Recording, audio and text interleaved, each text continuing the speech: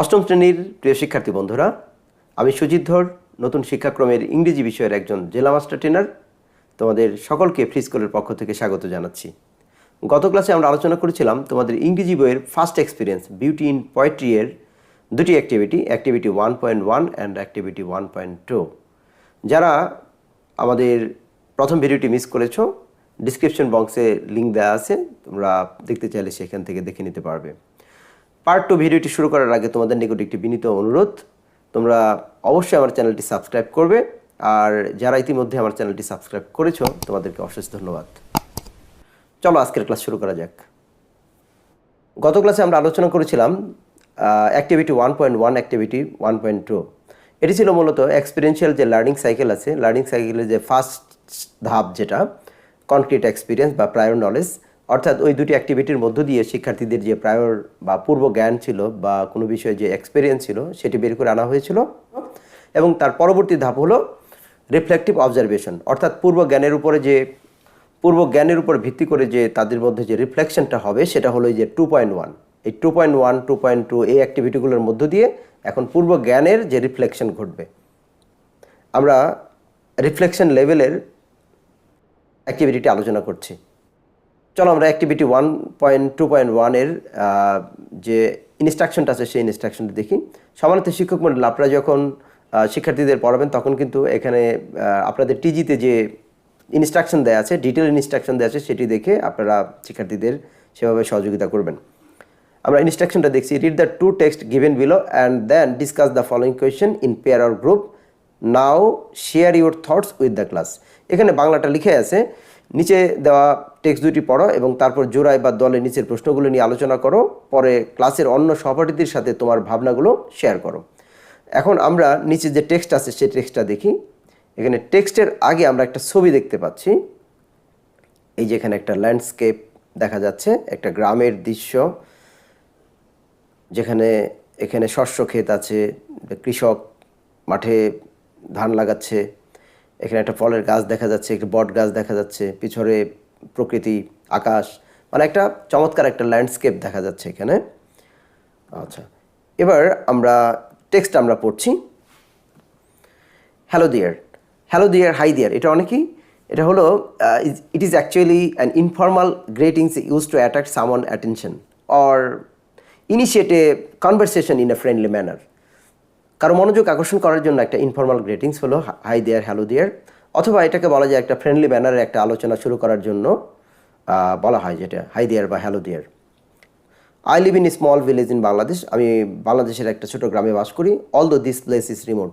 যদিও গ্রামটা খুবই দূরবর্তী, রিমোট মানে far away, and not so develop, খুব বেশি উন্নত না। Visitors love the village for its beautiful green landscape. ভিজিটররা এই গ্রামটা পছন্দ করে এটার সুন্দর সবুজ ল্যান্ডস্কেপের জন্য। ল্যান্ডস্কেপটা কি? ল্যান্ডস্কেপ হলো একটা visible feature of A land area.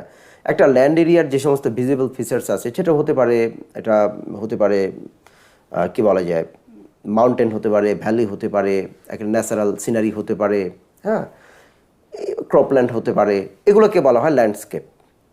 The environment is forest হতে পারে। The environment is fresh air. এখানকার পরিবেশ খুবই fresh.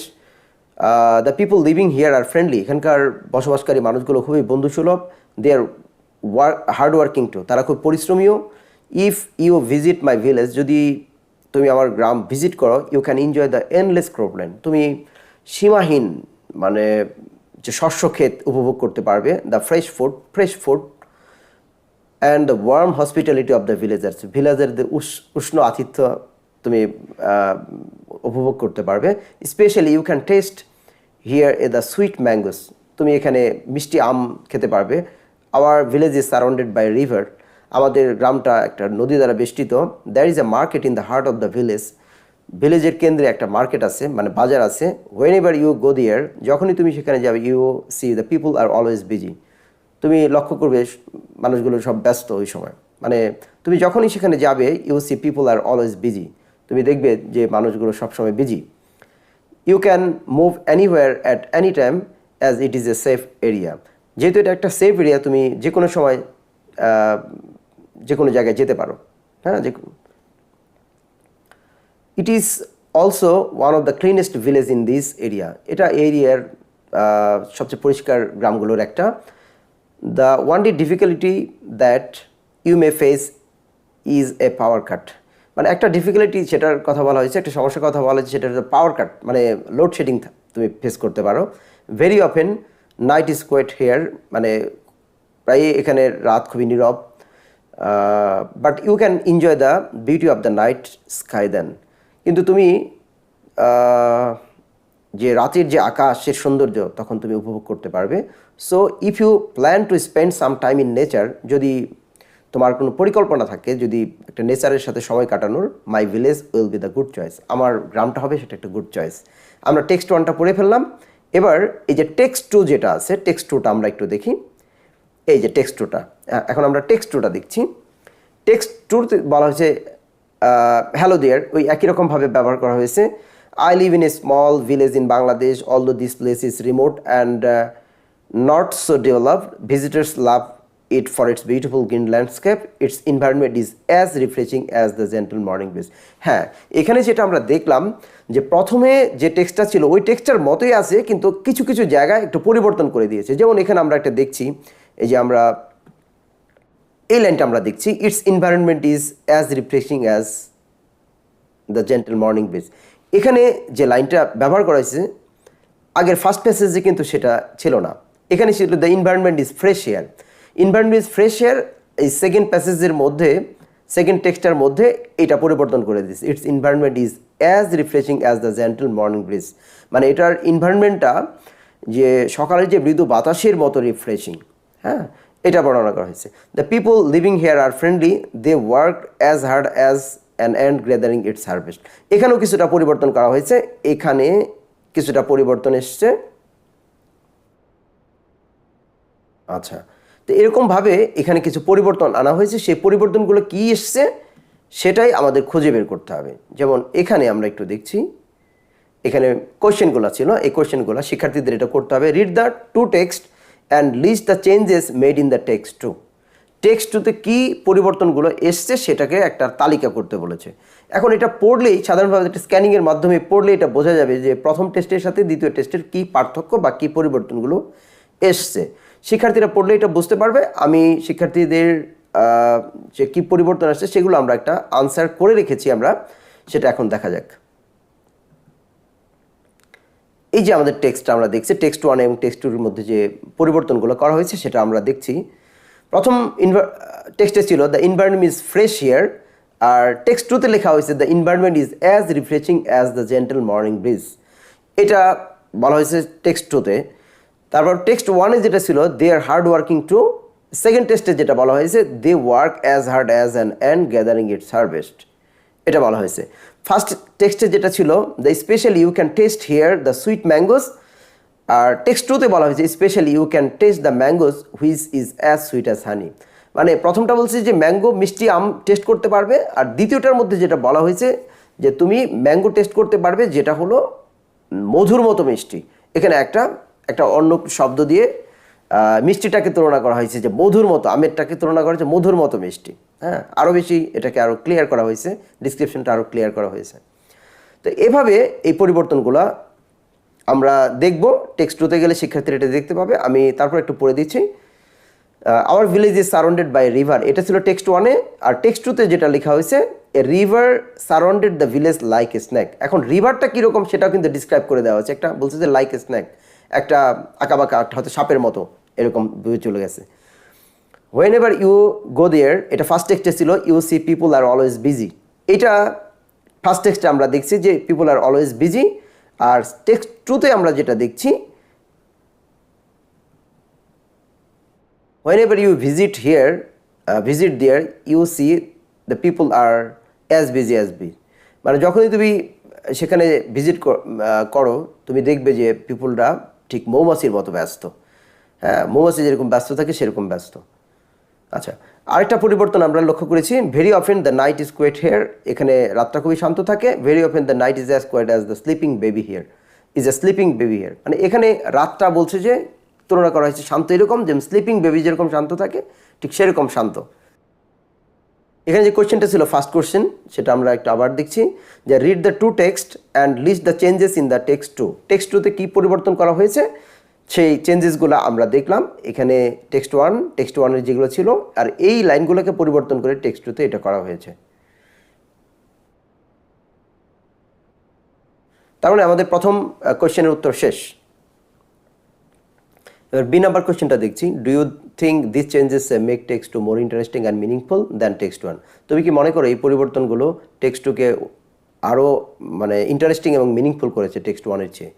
If your answer is yes or no, explain it with example. তোমার উত্তর হ্যাঁ হলেও উদাহরণ দিয়ে এক্সপ্লেন করতে বলেছে, না হলেও সেটা উদাহরণ দিয়ে এক্সপ্লেন করতে বলেছে। তাহলে এটার একটা নমুনা উত্তর আমরা লিখে রেখেছি। শিক্ষার্থী বন্ধুরা, তোমরা তোমাদের নিজের মতো করে লিখবে, নিজেদের চিন্তা শক্তি দিয়ে লিখবে।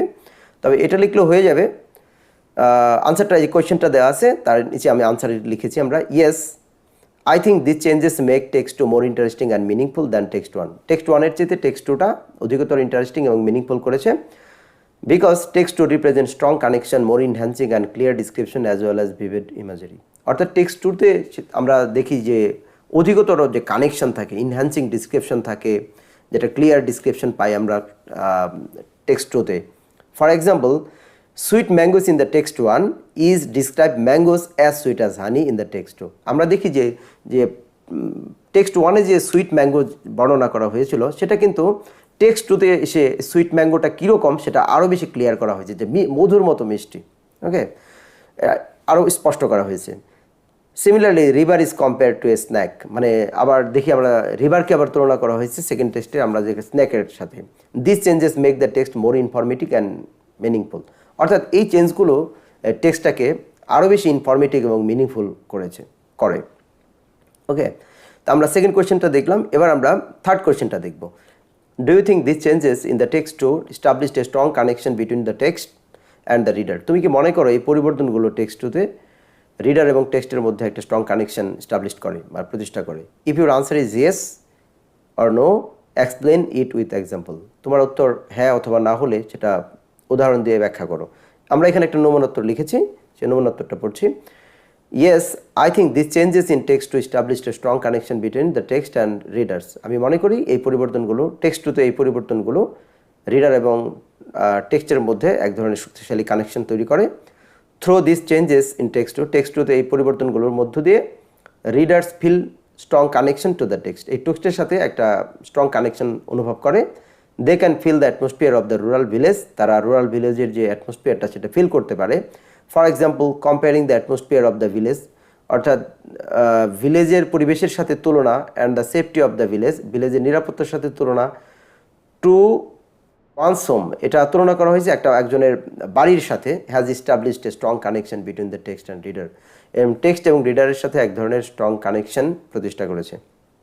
এটা সি নাম্বার কোয়েশ্চেন উত্তরটা আমরা দেখলাম। এবার আমরা শেষের যে কোয়েশ্চেনটা, ডি নাম্বার কোয়েশ্চেনটা দেখছি। Do you think this changes help you to create a picture of the village in your mind? তুমি কি মনে করো এই পরিবর্তনগুলো তোমার মনের ভিতরে একটা গ্রামের পিকচার ক্রিয়েট করতে সাহায্য করে? Again explain it with your example. এটাকে ব্যাখ্যা করো তোমার উদাহরণ দিয়ে, একটা উদাহরণ দিয়ে। এখানেও আমরা কোয়েশ্চেনটা দেখলাম, তার একটা নমুনা উত্তরটা আমরা দেখে নিই। এই যে ডি নাম্বার একটা উত্তর আমরা লিখে রেখেছি।